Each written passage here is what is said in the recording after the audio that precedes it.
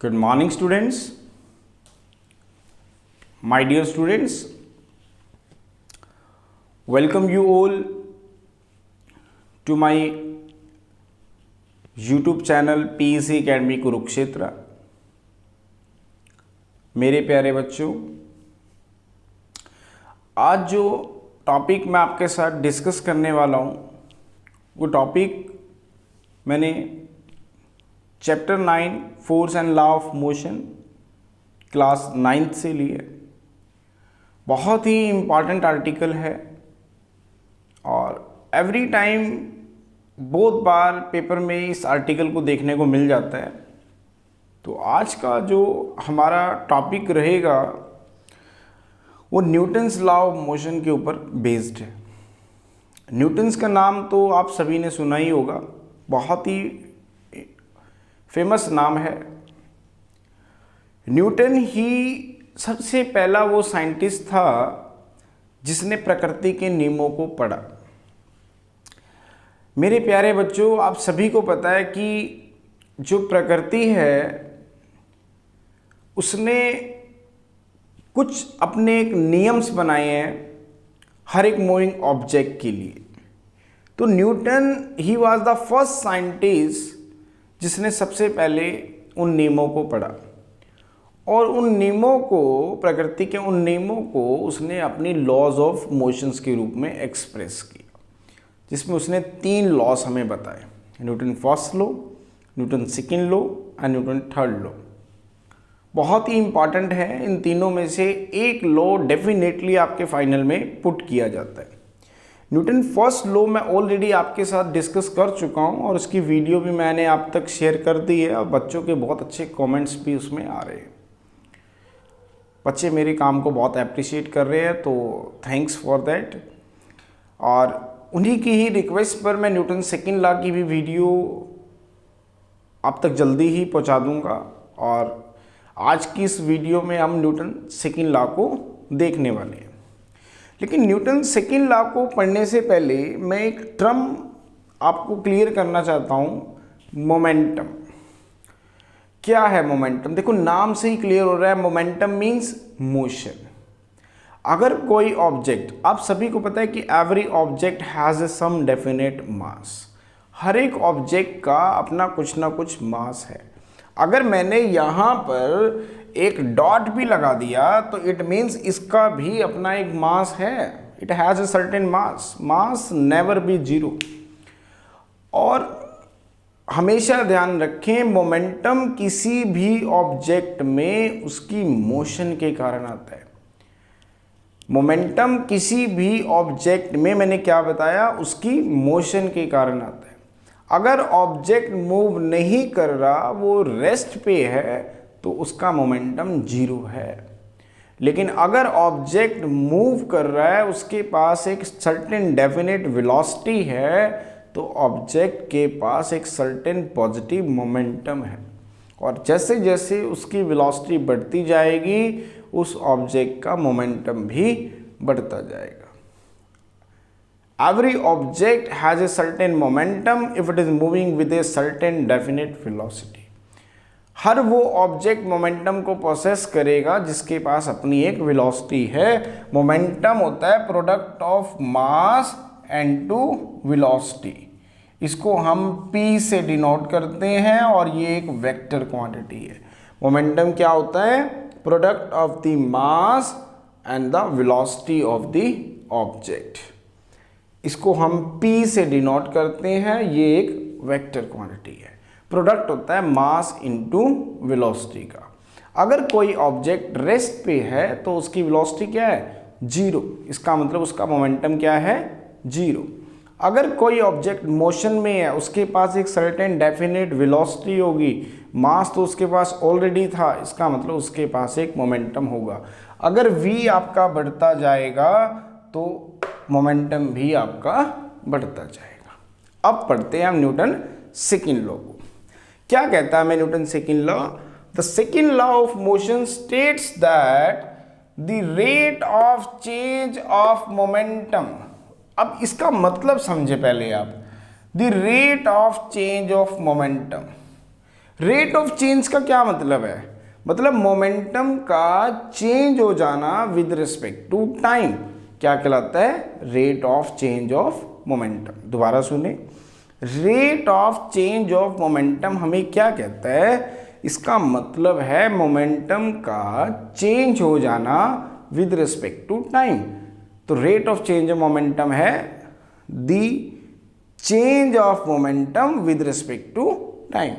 तो उसने क्या कहा हमें? The second law of motion states that the rate of change of momentum of an object is directly proportional to the external applied unbalance force. कि किसी भी body के अंदर कितना मोमेंटम में चेंज आएगा ये डिपेंड करेगा कि आपने कितना एक्सटर्नल फोर्स उसके ऊपर लगाया। The rate of change of momentum of an object is directly proportional to the external applied force. उसके मोमेंटम में कितना चेंज आएगा, वो कितना स्पीडली मूव करेगा, ये डिपेंड करेगा कि how much force you have to applied on it externally.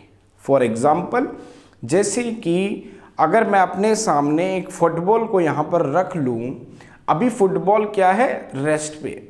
But अगर मैं उस फुटबॉल को अपने फुट से एक किक मारता हूँ तो वो फुटबॉल में एक मोशन आ जाती है, उसके अंदर एक मोमेंटम आ जाता है। The football is moving with a certain definite velocity. अगर वो किक आप और तेजी से मारोगे तो उसकी वेलोसिटी ज़्यादा आएगी, उसका मोमेंटम पहले से ज़्यादा आएगा। और तेजी से लगाएं किक तो फिर मोमेंटम और ज़्यादा आएगा। इसका मतलब उस फुटबॉल में कितना मोमेंटम आया ये डिपेंड करा कि कितनी तेजी से किक उसके ऊपर अप्लाई की गई, कितना तेजी से उसके ऊपर एक्सटर्नल फोर्स अप्लाई किया गया। तो मैंने यही बताया था कि किसी भी बॉडी के अंदर मोमेंटम में कितना चेंज आएगा ये डिपेंड करेगा कि वो जो बॉडी है उस पर कितना एक्सटर्नल अप्लाइड फोर्स लगाया गया। If the external applied force acting on an object is more than the ball और object has gain more momentum, otherwise it is less. अगर किसी भी ऑब्जेक्ट के ऊपर आप ज़्यादा एक्सटर्नल अप्लाइड फोर्स अप्लाई करते हो तो उस केस में उसमें जो मोमेंटम आएगा वो ज़्यादा आएगा। जैसे मैं एक एग्जांपल और लेता हूँ कि suppose I am placing A duster on my hand, now it is at rest. लेकिन मैं क्या करता हूँ, इस फिंगर से इसके ऊपर एक फोर्स को अप्लाई करता हूँ ताकि इसकी पोजीशन चेंज हो। अभी इसका मोमेंटम कितना है? 0, क्योंकि इसका मास तो है लेकिन इसकी वेलोसिटी कितनी है? 0। तो m इंटू 0 दैट इज 0, तो मोमेंटम क्या है? 0। बट मैं अगर यहाँ से देखें एक एक्सटर्नल फोर्स अप्लाई करता हूँ तो ये देखिए मैंने एक्सटर्नल फोर्स अप्लाई किया तो इसके अंदर एक वेलोसिटी आई, इसके अंदर एक मोमेंटम आया। अभी ये मोमेंटम क्या था? कम था। लेकिन अगर मैं ये फोर्स ज़्यादा अप्लाई करूँगा तो बॉडी जो है वो स्पीडली भागेगी, और स्पीडली भागेगी तो इसका मतलब उसके पास वेलोसिटी क्या है? ज़्यादा है, और वेलोसिटी ज़्यादा है तो मोमेंटम ज़्यादा है। तो यही न्यूटन सेकंड लॉ ने कहा था कि the rate of change of momentum of an object is directly proportional to the external unbalance applied force. कि किसी भी बॉडी के अंदर उसके मोमेंटम में कितना चेंज आएगा ये डिपेंड करेगा कि how much force you have to applied on it. तो आगे है इसका मैथमेटिकल फॉर्मुलेशंस, मतलब हमें इसको प्रूव करना है, इसकी स्टेटमेंट को जस्टिफाई करना है। तो कैसे करेंगे आप ध्यान से देखिए कि मैंने यहाँ पे एक बॉल ले ली, एक ऑब्जेक्ट ले लिया। This is an object having the mass is से m।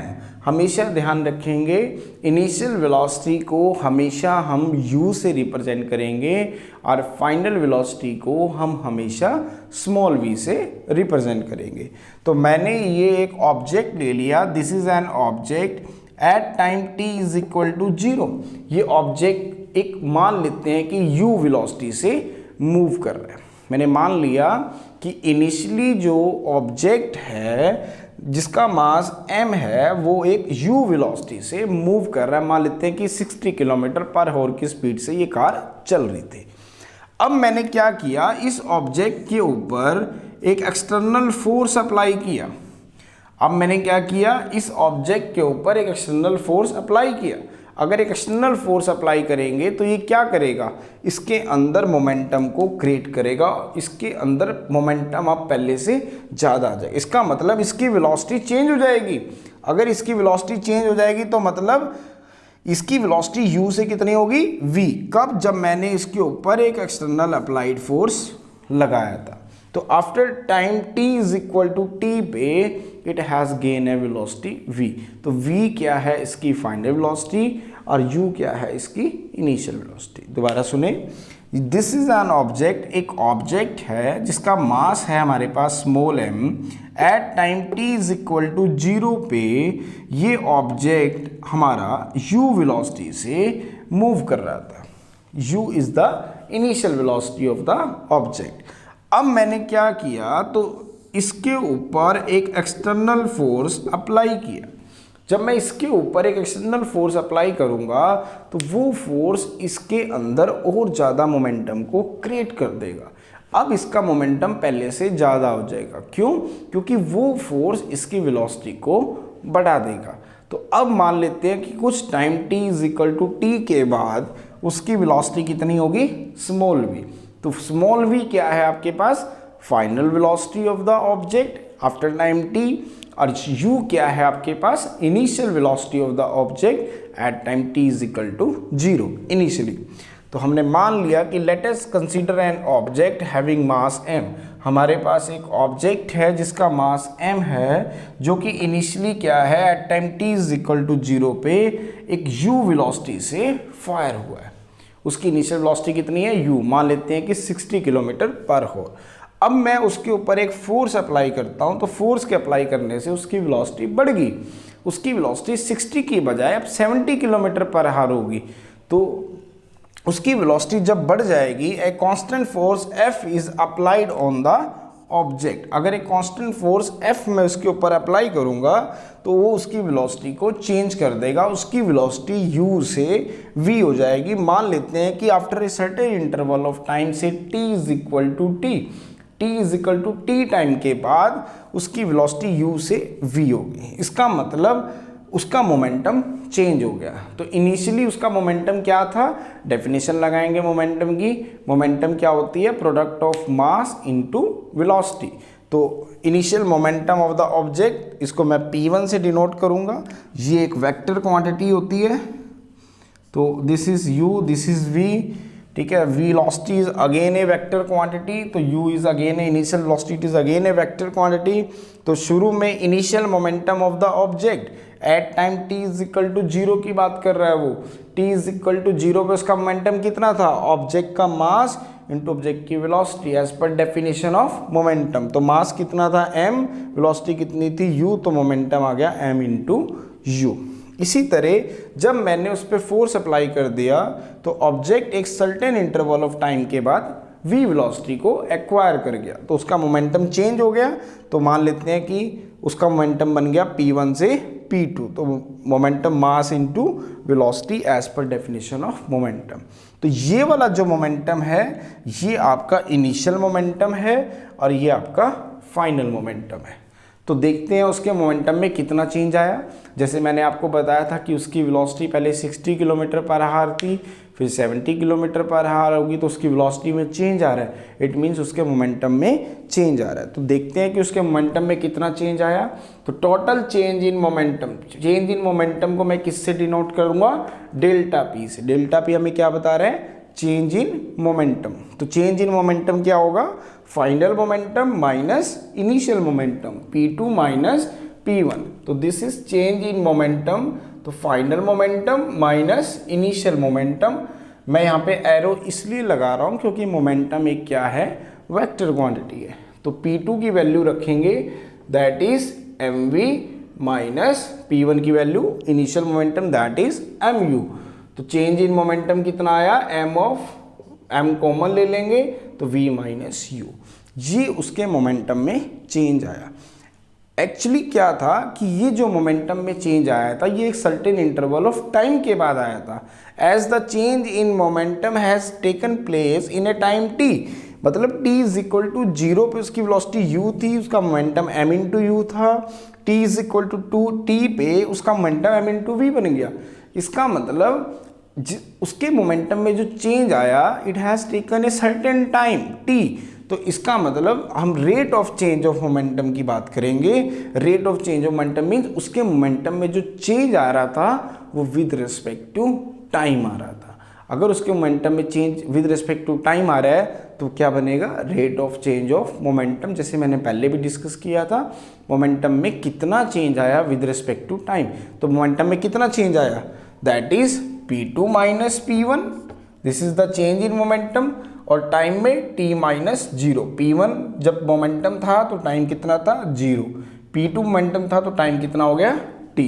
तो कितना आया delta p by delta t, that is change in momentum. Delta p हमें किसको बता रहा है, चेंज इन मोमेंटम को, delta t change in time को। तो delta p by delta t कितना आ गया हमारे पास, p2 की वैल्यू रखेंगे, दैट इज डेल्टा p2 की वैल्यू रखो m into v minus m into u. तो m कॉमन ले लेंगे, v minus u upon t, तो dp अपॉन dt। अब Newton second law of motion हमें एक्चुअली कहता क्या है, मैंने आपको पहले भी बताया था कि किसी भी बॉडी के मोमेंटम में कितना चेंज आएगा ये डिपेंड करेगा कि आपने कितना एक्सटर्नल अप्लाइड फोर्स उसके ऊपर लगाया है। The rate of change of momentum of the body, दोबारा सुने, the rate of change of momentum of the object या body is directly proportional to the external applied unbalance force. किसी भी body के मोमेंटम में कितना चेंज आएगा ये डिपेंड करेगा कि how much force you have to applied on it. तो एज पर डेफिनेशन ये delta p upon delta t हमें किसको दिखा रहे हैं, rate of change of momentum को, किसको, rate of change of momentum को। तो डेफिनेशन लगाएंगे, the rate of change of momentum of an object is directly proportional to the external applied force. तो एज पर डेफिनेशन तो ये जो rate of change of momentum आ गया वो कितना आ गया, directly proportional to the external applied force.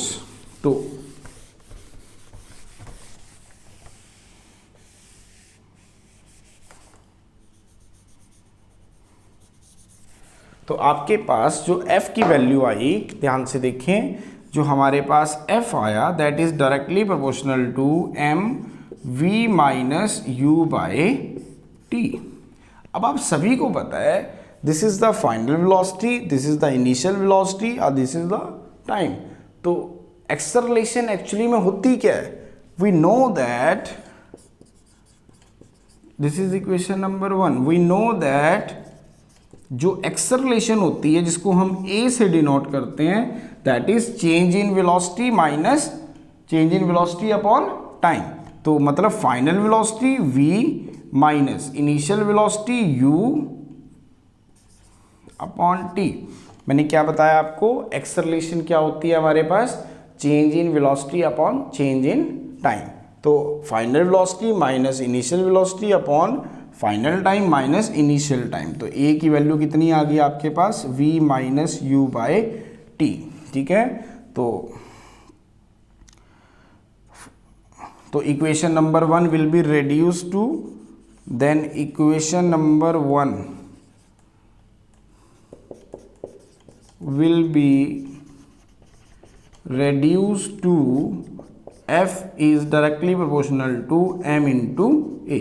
Acceleration is again a vector quantity, इसकी यूनिट्स क्या है, मीटर पर सेकेंड स्क्वायर। तो इस प्रोपोर्शनलिटी को हटाएंगे तो इस comes out to be k, that is the force constant.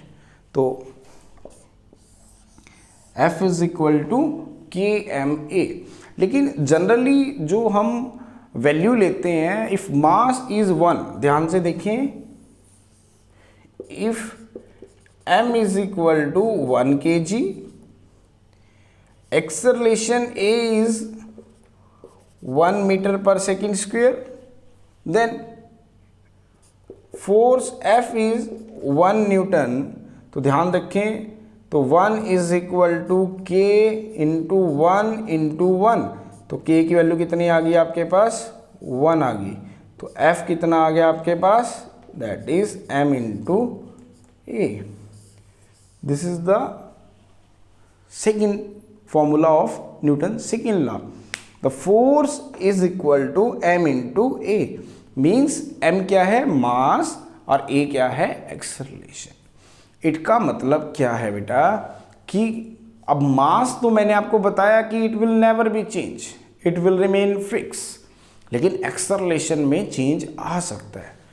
Means acceleration का क्या मतलब है, उसकी वेलोसिटी में कितना चेंज आ रहा है, तो वो डिपेंड किस पे कर रहा है, देखिए ध्यान से, F is directly proportional to A, क्योंकि मास तो कभी भी चेंज नहीं होता, इट नेवर बी चेंज। तो इसका मतलब बॉडी के अंदर कितनी एक्सेलरेशन आएगी ये डिपेंड करेगा कि कितना फोर्स आपने अप्लाई किया। जैसे कि मैंने फुटबॉल का आपको केस बताया था अभी, तो फुटबॉल के केस में क्या था, जब पहले आपने किक उसे आराम से मारी थी तो फुटबॉल जो है स्लो वेलोसिटी से मूव कर रही थी, उसके अंदर एक्सेलरेशन क्या आ रही थी, कम आ रही थी। लेकिन जब आपने फुटबॉल को किक बहुत तेजी से मारी तो फुटबॉल के अंदर एक्सेलरेशन क्या आई, ज़्यादा आई। इसका मतलब कितनी एक्सेलरेशन बॉडी के अंदर आएगी, the amount of acceleration produce inside the body, चाहे वो मूविंग बॉल हो या कुछ भी हो, it will depend upon the how much amount of an external force applied on it, कि कितना एक्सटर्नल फोर्स उसके ऊपर अप्लाई किया। This is the second statement of Newton second law of motion. दोबारा रिपीट कर रहा हूँ, the amount of acceleration produced inside the body is directly proportional to the external applied force। किसी भी body में कितनी एक्सेलरेशन आएगी, वो कितनी स्पीडली मूव करेगी, ये डिपेंड करेगा कि आपने कितना एक्सटर्नल अप्लाइड फोर्स उसके ऊपर लगाया। If the external applied force acting on the object is more, means you have to kick the football with a very high force, then what will happen, the football is moving with a greater acceleration, ज़्यादा acceleration के साथ move करेगी। if applied force is further increased by a certain amount then the acceleration is further increased, means कितनी acceleration उसके अंदर आती रहेगी और किस स्पीड से वो बढ़ती रहेगी, वो डिपेंड करेगा कि किस रेशियो से आप फोर्स को उसके अंदर जो लगा रहे हैं वो बढ़ा रहे हैं। तो if the value of external force is more then the body will produce more acceleration, if the external force acting on the object is less then the object produce less acceleration, means the acceleration produced inside the object is directly proportional to the external applied force. This is the second statement of Newton's second law of motion. So my dear students, उम्मीद है आपको ये topic बहुत अच्छे से clear हो गया होगा और इसकी वीडियो मैं जल्दी ही आप तक शेयर कर दूंगा। और मेरे प्रिय विद्यार्थियों, again I am saying at last, again I am saying, if you like my videos, my efforts, then please don't be forget to like, share and subscribe it. अगर आपको मेरी वीडियोस पसंद आ रही हो, मेरा काम आपको पसंद आ रहा हो, मेरी मेहनत आपके कंसेप्ट को सोल्व करने में आपकी हेल्प कर रही हो, मेरा ये चैनल, मेरे ये वीडियोस जो मैं रोज़ाना आपसे शेयर करता हूँ, अगर आपके फिज़िक्स के कंसेप्ट को क्लियर करने में आपकी हेल्प कर रहे हो, देन प्लीज़ मेरे चैनल को सब्सक्राइब करना ना भूलें, मेरी वीडियोस को लाइक और शेयर करना ना भूलें, and share it maximum to your friends. अपने फ्रेंड्स को भी दें ताकि वो भी अपने डाउट्स को अच्छे से क्लियर कर पाए। धन्यवाद।